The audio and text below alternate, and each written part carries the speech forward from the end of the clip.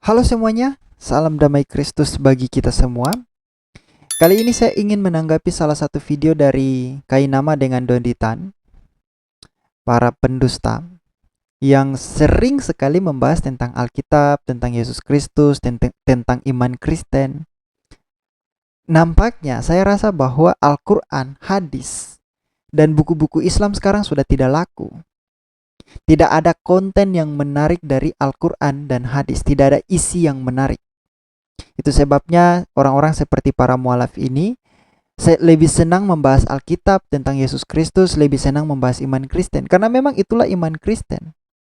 Iman Kristen itu sesuatu yang sangat luar biasa, yang sangat menarik, yang isinya itu sangat membuat orang sangat ingin mencari tahu. Entah itu mereka ingin mencari tahu atau mereka ingin mempelintir ayat-ayat itu, ingin mendustakan ayat-ayat itu. Intinya adalah Alkitab adalah sesuatu yang sangat menarik. Iman Kristen, Yesus Kristus itu adalah topik yang sangat menarik bagi Muslim. Tapi bagaimana dengan Muhammad, dengan kehidupan Muhammad? Bagaimana dengan Al-Quran? Bagaimana dengan Allah Subhanahu wa Ta'ala? Itu sesuatu yang tidak menarik memang.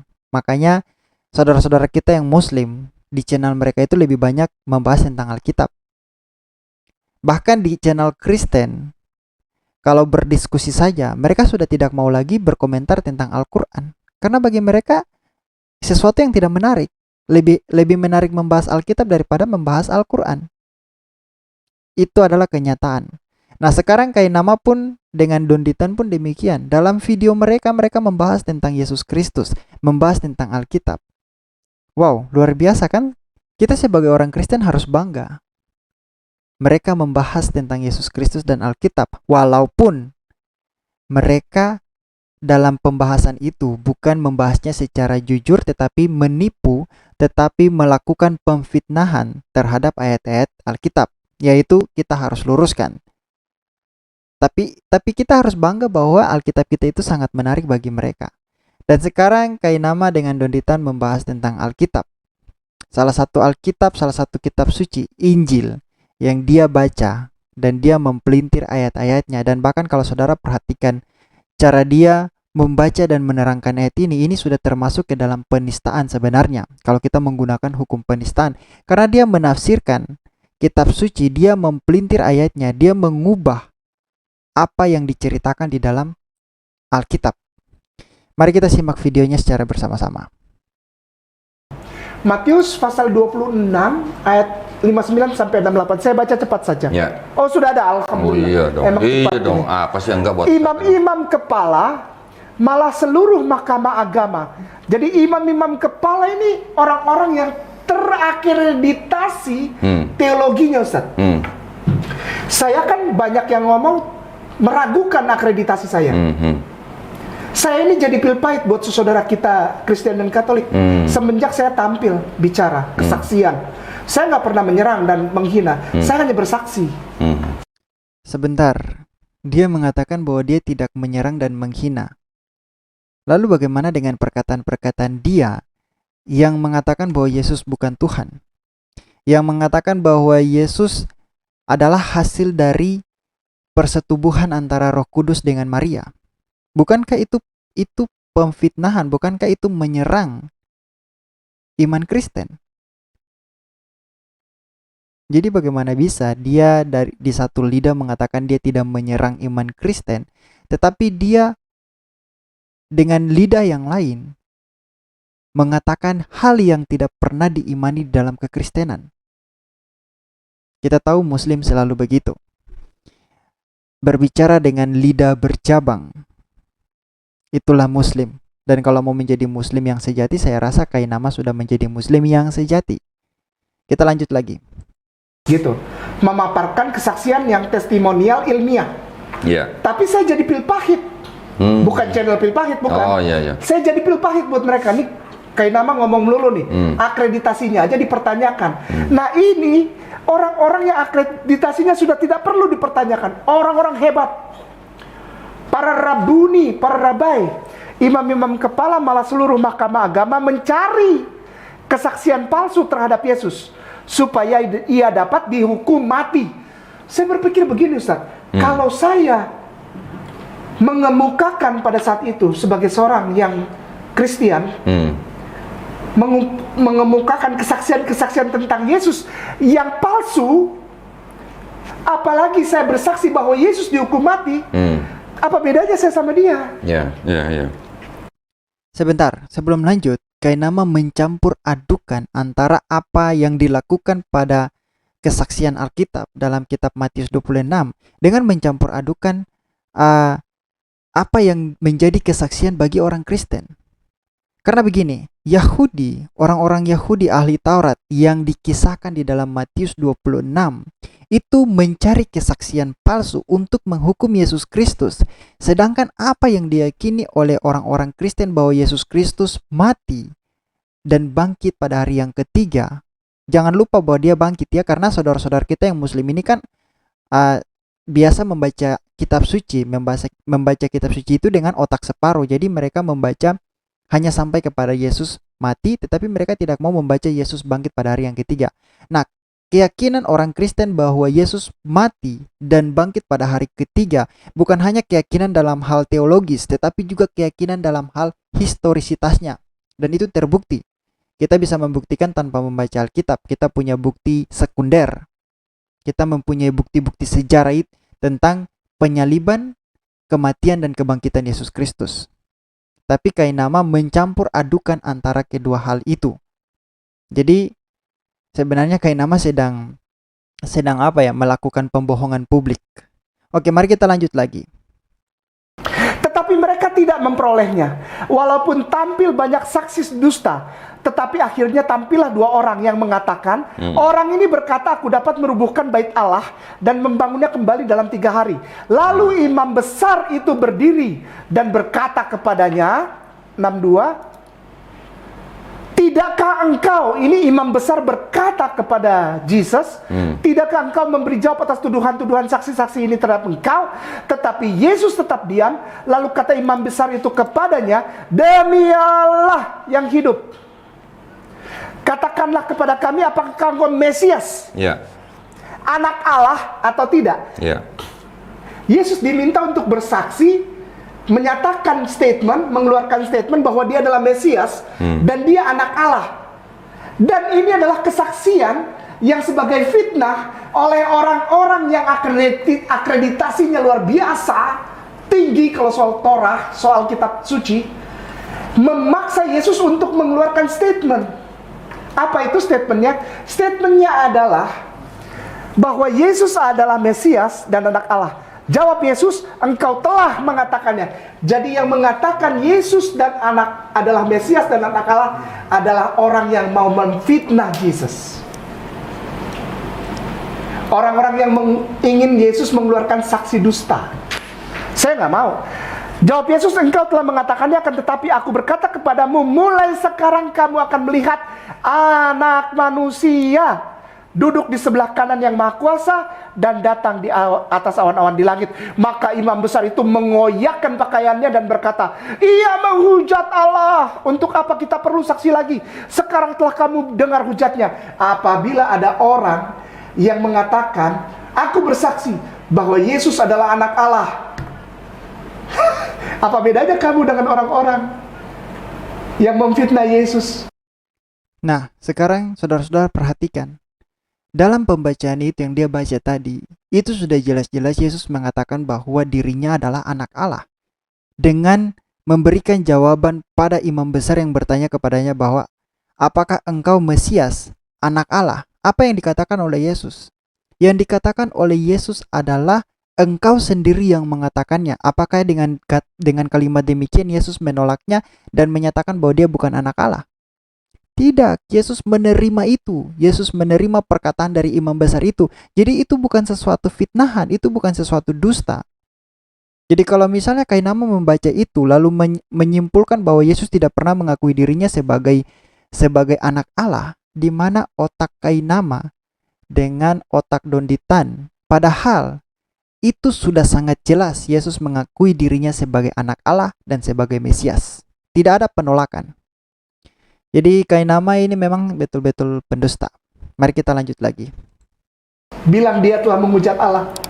Maka itu saya nggak pernah bilang bahwa Alkitab mencatat Yesus mengatakan dirinya anak Allah. Dari sinilah terus ya. Nah, perhatikan. Dia mengatakan bahwa Yesus tidak pernah mengatakan dirinya adalah anak Allah. Padahal pembacaan yang tadi dia katakan, yang tadi dia baca Matius 26, itu sudah jelas-jelas Yesus menerima pengakuan, Yesus menerima pernyataan dari imam besar tentang dirinya sebagai Mesias dan anak Allah.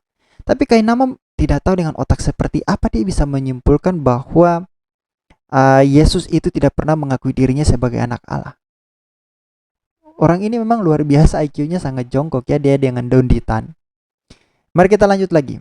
Ya. Bagaimana pendapat kamu? Mereka menjawab berkata, ia harus dihukum mati. Kalau ada orang yang bilang Yesus mati, maka apa bedanya dia dengan para imam besar? Itu yang terakreditasi itu. Lalu mereka meludahi mukanya. Engkau sama dengan mereka? Saya tidak mau. Saya mencintai Yesus. Dan semua mu'alaf bersama para muslimin muslimat tidak pernah memfitnah Yesus dengan mengatakan dia anak Allah. Dia mati di salib dan meludahi mukanya. Enggak, saya nggak mau jadi bagian itu. Oke, Kainama ini memang bodohnya sangat luar biasa. Karena sekali lagi kita lihat ya pembacaannya. Ini Matius 26 ayat 57 hingga ayatnya yang ke-67. Hingga ayatnya yang ke-68. Pertanyaannya adalah, apakah dalam cerita ini orang-orang yang percaya Yesus yang melakukan kejahatan seperti yang tadi Kainama katakan dengan meludahi dia, dengan menghujat dia? Apakah orang-orang yang percaya kepada Yesus melakukan itu? Tidak. Kainama mengeluarkan statement seolah-olah bahwa orang yang percaya kepada Yesus Kristus melakukan apa yang ada di dalam pembacaan ini. Itu kira-kira itu Kainama punya otak ada di mana? Coba saudara-saudara perhatikan apa yang Kainama katakan.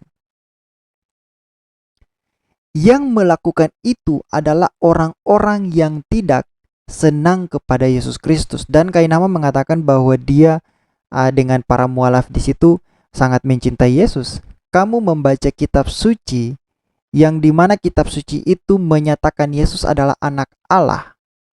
Di dalam pembacaan yang kamu kutip, Yesus adalah anak Allah dan Mesias, lalu kamu mempelintir bahwa Yesus tidak mengatakan demikian, itu kamu sudah mendustai Yesus Kristus. Lalu apa implikasinya kamu mengatakan bahwa para mualaf mencintai Yesus Kristus? Tidak ada. Para mualaf dan orang-orang yang ada bersama-sama dengan Kainama, para pengikutnya, itu adalah pendusta. Di dalam cerita ini, orang-orang Yahudi ahli Taurat ingin mencelakai Yesus Kristus, ingin membunuh Yesus Kristus. Itu sebabnya mereka mencari kesaksian palsu untuk menghukum Yesus Kristus, untuk menghukum dia sampai mati. Jadi saya bingung dengan apa yang dikatakan oleh si Kainama ini. Dia menggabungkan antara orang yang percaya dengan Yesus Kristus dengan pembacaan yang ada di dalam Matius 26. Memang Kainama ini kayaknya tidak punya otak ketika melakukan suatu pembacaan terhadap kitab suci. Nah, itu kenapa demikian? Karena mereka memang harus menolong kitab suci mereka, yaitu Al-Quran, yang mengatakan bahwa Yesus itu bukan anak Allah, yang mengatakan bahwa Yesus itu tidak mati di kayu salib, tidak mengalami kematian. Tapi kita melihat deskripsi kitab suci saja, lalu kita menelitinya secara historisitas saja, kita sudah tahu bahwa mana yang sesuai dengan fakta, mana yang hanya dongeng. Yang hanya dongeng adalah yang mengatakan bahwa peristiwa penyaliban itu tidak ada. Peristiwa penyaliban Yesus Kristus itu tidak ada. Kalau kita mengatakan peristiwa penyaliban saja, itu ada. Dalam Quran mengakui itu, bahwa ada peristiwa penyaliban. Tetapi siapa yang disalibkan itu Quran tidak tahu. Allah Subhanahu wa Ta'ala tidak tahu. Yang mengetahui itu hanya Alkitab. Dan bahkan sebuah buku saja bisa lebih pintar dari Allah Subhanahu wa Ta'ala. Alkitab yang hanya sebuah buku saja bisa lebih pintar dari Allah Subhanahu wa Ta'ala. Padahal itu benda mati loh. Alkitab itu benda mati, tapi dia lebih mengetahui, lebih maha tahu dari Allah Subhanahu wa Ta'ala. Sekalipun Alkitab bukan Tuhan, tapi dia lebih maha tahu tentang peristiwa penyaliban daripada Allah Subhanahu wa Ta'ala. Jadi Kainama memang ingin menyelamatkan Al-Quran, tetapi melakukan pemfitnahan terhadap iman Kristen. Sekali lagi saudara-saudara Muslim, Yesus adalah anak Allah, itu tercatat di dalam Alkitab.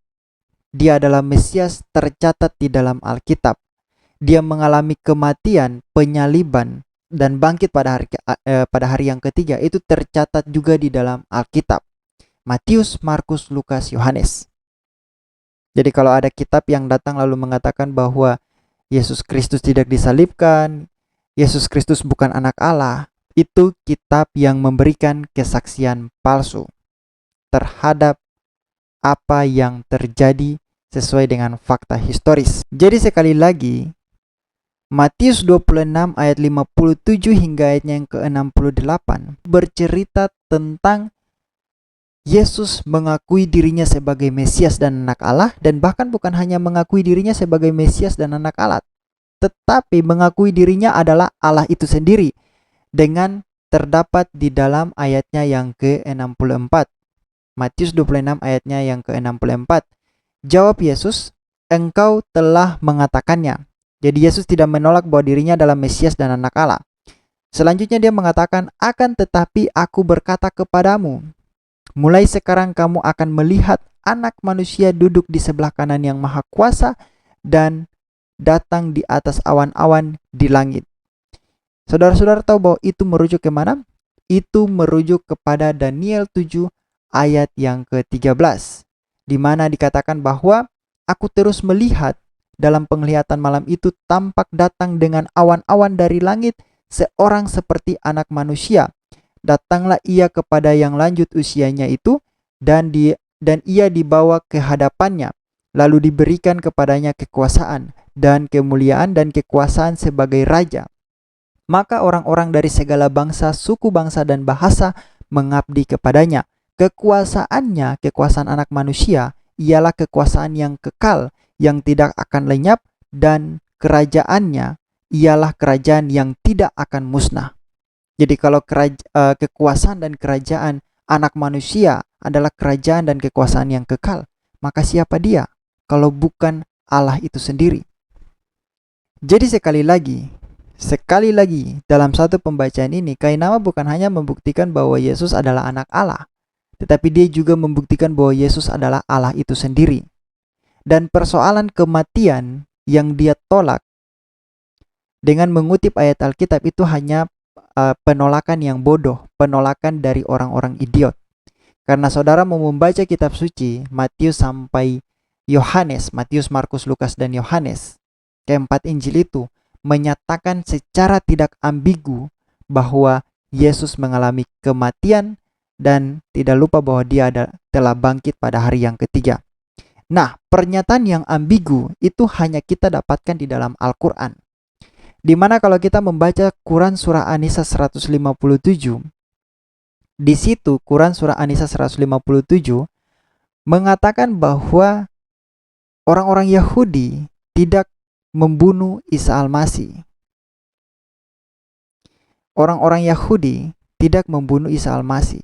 Dan dalam kurung kami hukum juga karena ucapan mereka, sesungguhnya kami telah membunuh Al-Masih, Isa putra Maryam, Rasul Allah. Padahal mereka tidak membunuhnya dan tidak pula menyalibnya. Tetapi dalam kurung yang mereka bunuh adalah orang yang diserupakan dengan Isa. Jadi menurut Quran Surah An-Nisa 157 mengatakan bahwa Isa Al-Masih itu tidak dibunuh dan juga tidak disalibkan. Artinya bahwa dia tidak mengalami kematian. Tapi kalau kita baca di dalam Surah Maryam ayatnya yang ke-33, di situ Isa mengatakan bahwa dirinya mengalami kelahiran, mengalami kematian, wafat, dan juga dibangkitkan. Jadi siapa yang ambigu dalam pemberitaan ini? Al-Quran yang ambigu dalam pemberitaan ini. Di satu sisi Al-Quran mengatakan bahwa dia tidak mati, dia tidak dibunuh, dia tidak disalibkan. Isa Al-Masih tidak disalibkan. Tapi di sisi lain Al-Quran mengatakan bahwa Isa Al-Masih mengatakan, kesejahteraan semoga dilimpahkan kepadaku pada hari kelahiranku, kelahiran Isa Al-Masih, pada hari wafatku, wafat Isa Al-Masih, dan pada hari Isa Al-Masih dibangkitkan, aku dibangkitkan, Isa Al-Masih dibangkitkan, hidup kembali. Jadi Yang ambigu itu adalah Al-Quran, dan kita di sini telah menemukan kontradiksi di dalam Al-Quran itu sendiri. Kalau kalian mau mengatakan bahwa Quran surah Maryam, surah 19 ayat 33 ini adalah rujukan kepada masa depan, maka kamu harus menyimpulkan juga bahwa apa yang dikatakan tentang Yahya, sebentar kita lihat tentang Yahya, maka kita juga harus menyimpulkan bahwa Yahya yang dinyatakan di dalam Al-Quran itu belum mengalami kematian. Karena dengan kalimat yang sama dikatakan bahwa dan kesejahteraan bagi dirinya pada hari lahirnya si Yahya, pada hari wafatnya si Yahya, dan pada hari dia dibangkitkan hidup kembali, pada hari Yahya dibangkitkan hidup kembali. Itu sama dengan apa yang dikatakan oleh Isa Al-Masih di dalam Quran yang sama, yaitu Quran surah Maryam. Jadi kita lihat kontradiksi demi kontradiksi di dalam Quran. Alkitab dengan tegas, keempat Injil menyatakan dengan tegas tanpa ambigu bahwa Yesus Kristus mengalami kematian, mengalami penyaliban, kematian, dan kebangkitan pada hari yang ketiga. Sedangkan Al-Quran dengan tidak selaras, dengan saling kontradiksi, menyatakan bahwa Isa Al-Masih yang kita tidak tahu Isa Al-Masih ini siapa, pribadi dongeng dari mana. Karena Isa Al-Masih adalah bagi kami orang-orang Kristen, dari deskripsinya saja itu bisa dikatakan bahwa dia bukanlah manusia yang historis. Al-Quran menyatakan bahwa Isa Al-Masih itu tidak disalibkan, tidak dibunuh, tapi di sisi lain, di Quran surah yang lain, Al-Quran mengatakan bahwa dia mengalami kematian. Jadi yang ambigu siapa? Yang kontradiksi siapa? Al-Quran itu sendiri. Nah, sekali lagi untuk saudara-saudara muslim yang mau mempercayai kainama, silakan saja, itu hak kalian.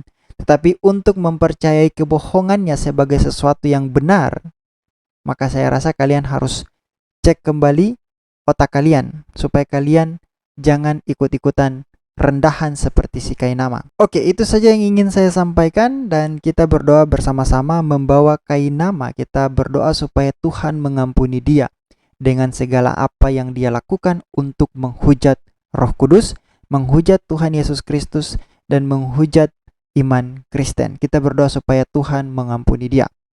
Kita jumpa di video berikutnya. Tuhan Yesus memberkati.